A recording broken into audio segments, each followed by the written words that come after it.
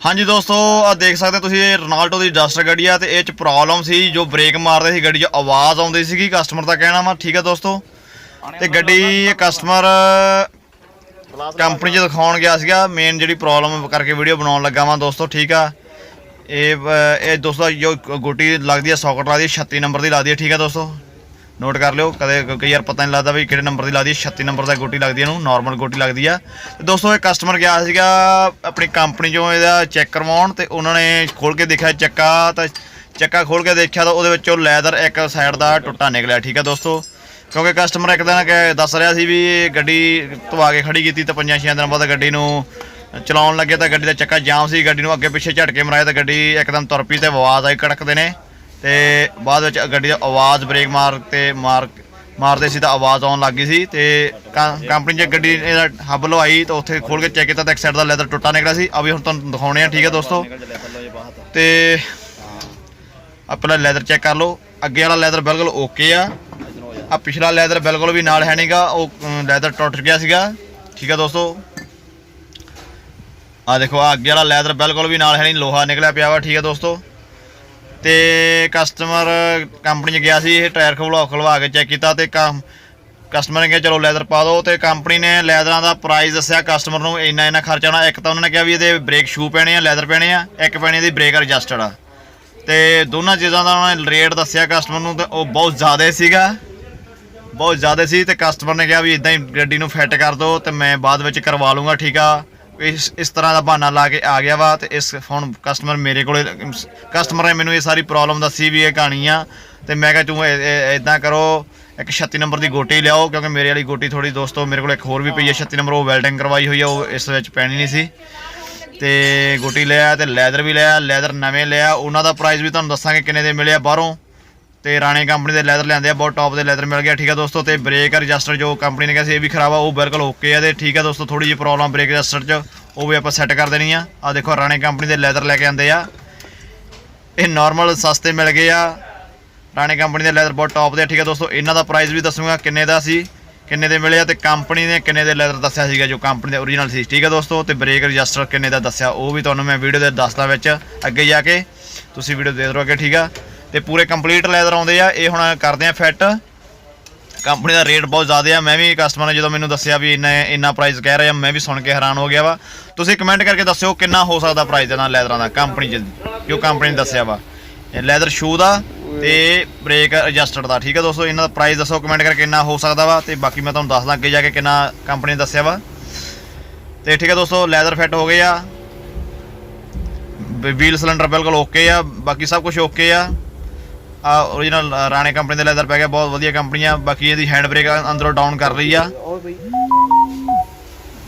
अंदरों down करके तो break इधरों पूरी एडजस्ट कर दी आ, एन ओके आ। हम ड्रम चाड़ देंगे एन पूरी एडजस्ट ब्रेक की करके सही करके। तो आ ABS वाला सेंसर होंदा दोस्तों, तो इधरों हब से आ व्हील लगा होंदा जिथे सेंसर काम करता वा। तो ये ध्यान नाल इत्ते कोई सट ना वजे, खोलन के टाइम ये टुट ना जाए, बैंड ना पै जाए, तो नहीं तो चैक इंजन ABS की लाइट आउन लग जानी है, ठीक है दोस्तों। ध्यान रखना खोलते टाइम ये।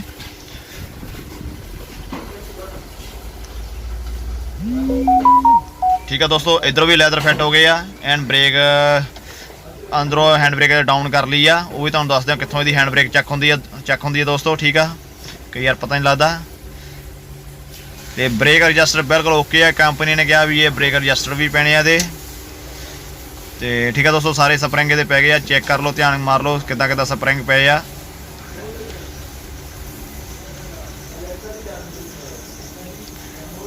बाकी एन पूरी सफाई नाल सब कुछ फिट कर दिता। तो हुण इहदे चाढ़दे ब्रेक ड्रम।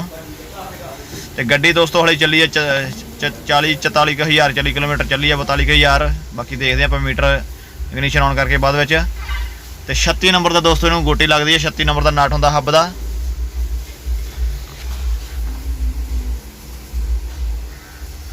तो कस्टमर गया सी कंपनी छोटे मोटे काम से, कहता मैं क्या चलो वो भी नाल खोज लेंगे। कस्टमर कह रहा सी चलो ये भी चक्का खलवा के चेक करवा ला की प्रॉब्लम आ, बट कस्टमर को नहीं पता सी भी ये प्रॉब्लम हो सकती है। तो उन्होंने प्राइस बहुत ज़्यादा दसता, तो कस्टमर गड्डी नूं इदां ही फिट करवा के बाद में मेरे को ले आया वा, ठीक है दोस्तों। ठीक है दोस्तों, आ कवर लगा उत्ते एक रबड़ का, आ रहा 10 नंबर का नट, इतों यदी हैंड ब्रेक चेक होंदी आ। ਤੇ ਐਨ ਫੁੱਲ ਡਾਊਨ ਕਰਕੇ ਤੇ ਬਾਅਦ ਲੈਦਰ ਫਿੱਟ ਕੀਤੇ ਆ। ਹੁਣ ਡਰਮ ਚਾੜੇ ਆ ਤੇ ਬਾਅਦ ਵਿੱਚ ਇਹਨੂੰ ਐਂਡ ਤੇ ਕਰਦੇ ਆ ਦੀ brake adjuster hand brake 10 number ਦੀ ਸੌਕਟ ਪੈ ਜਾਂਦੀ ਹੈ। ਠੀਕ ਹੈ ਦੋਸਤੋ, ਇਹਦੇ ਉੱਪਰ ਇੱਕ ਰਬੜ ਲੱਗੀ ਹੁੰਦੀ ਹੈ ਨਟ ਦੇ ਉੱਪਰ, ਰਬੜ ਪਰੇ ਕਰਕੇ ਤੁਸੀਂ ਬ੍ਰੇਕ ਚੱਕ ਸਕਦੇ ਆ ਇਹਦੀ ਹੈਂਡ ਬ੍ਰੇਕ।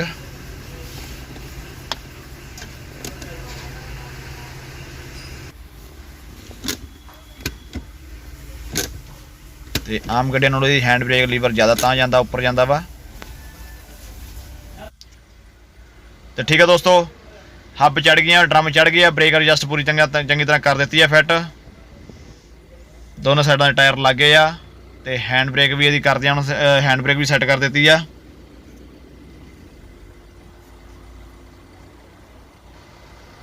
ਇਹ ਅਰਨਾਲਟੋ ਦੀ ਡਸਟਰ। ਤੇ ਦੋਸਤੋ ਠੀਕ ਆ, ਬਾਕੀ ਇਹਦੀ ਫਿਟਿੰਗ ਹੋ ਗਈ ਆ, ਬਸ ਲੈਦਰ ਦੀ ਫਿਟਿੰਗ ਸੀ, ਲੈਦਰ ਬਿਲਕੁਲ ਓਕੇ ਹੋ ਗਿਆ। ਤੇ ਤੁਹਾਨੂੰ ਹੁਣ ਮੈਂ ਦੱਸ ਦੇਵਾਂ ਜੋ ਕੰਪਨੀ ਨੇ ਇਹਦੇ ਲੈਦਰ ਦੱਸਿਆ ਸੀ ਕਸਟਮਰ ਨੂੰ, ਉਹ ਲੈਦਰ ਦਾ ਪ੍ਰਾਈਸ ਸੀ ਦੋਸਤੋ 7000 ਰੁਪਈਆ। ਦੋਨੇ ਸਾਈਡਾਂ ਦਾ ਲੈਦਰ ਜੋ ਹੁੰਦੇ ਆ 7000 ਦੇ ਲੈਦਰ ਦੱਸਿਆ ਸੀਗਾ। ਤੇ ਜੋ ਬ੍ਰੇਕ ਐਡਜਸਟਡ ਹੁੰਦੇ ਆ ਦੋਸਤੋ ਦੋਨੇ ਸਾਈਡਾਂ ਦੇ 4000 ਰੁਪਏ ਦੇ। ਤੁਸੀਂ ਹੁਣ ਕਮੈਂਟ ਕਰਕੇ ਦੱਸਿਓ ਇਹ ਇੰਨਾ ਪ੍ਰਾਈਸ ਜਾਇਜ਼ ਆ ਜਾਂ ਜ਼ਿਆਦਾ ਵਾ। 7000 ਦੇ ਲੈਦਰ ਤੇ 4000 ਦੇ ਬ੍ਰੇਕ ਐਡਜਸਟਰ। ਤੇ ਜੋ ਅਸੀਂ ਹੁਣ ਲੈਦਰ ਪਾਇਆ ਰਾਣੇ ਕੰਪਨੀ ਦੇ ਉਹ ਸਾਨੂੰ ਮਿਲਿਆ 2300 ਰੁਪਏ ਦੇ। ਠੀਕ ਹੈ ਦੋਸਤੋ, 350 ਰੁਪਏ ਦੀ ਗੁੱਟੀ ਆ ਗਈ ਆ, ਸੌਕਟ ਆ ਗਈ ਆ। ਤੇ ਸਮਝ ਲਓ ਬਾਕੀ ਮੇਰੀ ਲੇਬਰ ਆ 3000 ਦੇ ਵਿੱਚ ਇਹ ਸਰ ਚੁੱਕਾ ਵਾ, ਬਿਲਕੁਲ ਗੱਡੀ ਓਕੇ ਹੋ ਗਈ ਆ। ਠੀਕ ਹੈ ਦੋਸਤੋ, ਤੇ ਕਿੱਥੇ ਉਹ 11000 ਦੇ ਪਾਰਟ ਬਣਾ ਰਹੇ ਸੀ, ਬਾਕੀ ਉਹਨਾਂ ਦੀ ਲੇਬਰ ਵੱਖਰੀ ਸੀ। 7000 ਤੇ 4000 11000। ਠੀਕ ਹੈ ਦੋਸਤੋ, ਤੇ ਹੁਣ ਲੱਗਾ 3000 ਰੁਪਇਆ ਲਾ ਲਓ। ਤੇ ਬ੍ਰੇਕ ਬਿਲਕੁਲ ਓਕੇ ਹੋ ਗਈ ਆ, ਕੰਮ ਇੱਕ ਨੰਬਰ ਹੋ ਗਿਆ ਵਾ। ਤੇ ਕੰਪਨੀ ਦਾ ਰੇਟ ਤੁਸੀਂ ਹੁਣ ਕਮੈਂਟ ਕਰਕੇ ਜ਼ਰੂਰ ਦੱਸਿਓ ਵੀ ਜਾਇਜ਼ ਸੀ ਜਾਂ ਜ਼ਿਆਦਾ ਸੀ, ਕਿਉਂਕਿ ਲੈਦਰ ਬ੍ਰੇਕ ਹੁਣ ਵੀ ਬਿਲਕੁਲ ਓਕੇ ਲੱਗੂਗੀ। ਰਾਣੇ ਕੰਪਨੀ ਦੇ ਲੈਦਰ ਬਹੁਤ ਟੌਪ ਦੀ ਕੰਪਨੀ ਆ। ਠੀਕ ਹੈ ਦੋਸਤੋ, ਬਾਕੀ ਵੀਡੀਓ ਵਧੀਆ ਲੱਗੀ ਤਾਂ ਸ਼ੇਅਰ ਕਰ ਦੇਣਾ। ਤੇ ਮੇਰਾ ਫੇਸਬੁੱਕ ਤੇ ਪੇਜ ਆ ਦੋਸਤੋ ਦੀਪਾ ਮੋਟਰ ਗੇਜ, ਉਹਨੂੰ ਪਲੀਜ਼ ਫੋਲੋ ਕਰ ਲਓ। ਤੇ ਚੈਨਲ ਤੇ ਪਹਿਲੀ ਵਾਰ ਹੋ ਤਾਂ ਪਲੀਜ਼ ਚੈਨਲ ਨੂੰ ਸਬਸਕ੍ਰਾਈਬ ਕਰ ਦੇਣਾ, ਵੀਡੀਓ ਨੂੰ ਸ਼ੇਅਰ ਕਰ ਦੇਣਾ ਵੀਡੀਓ ਵਧੀਆ ਲੱਗੀ ਤਾਂ। ਓਕੇ ਦੋਸਤੋ, ਮਿਲਦੇ ਨੈਕਸਟ।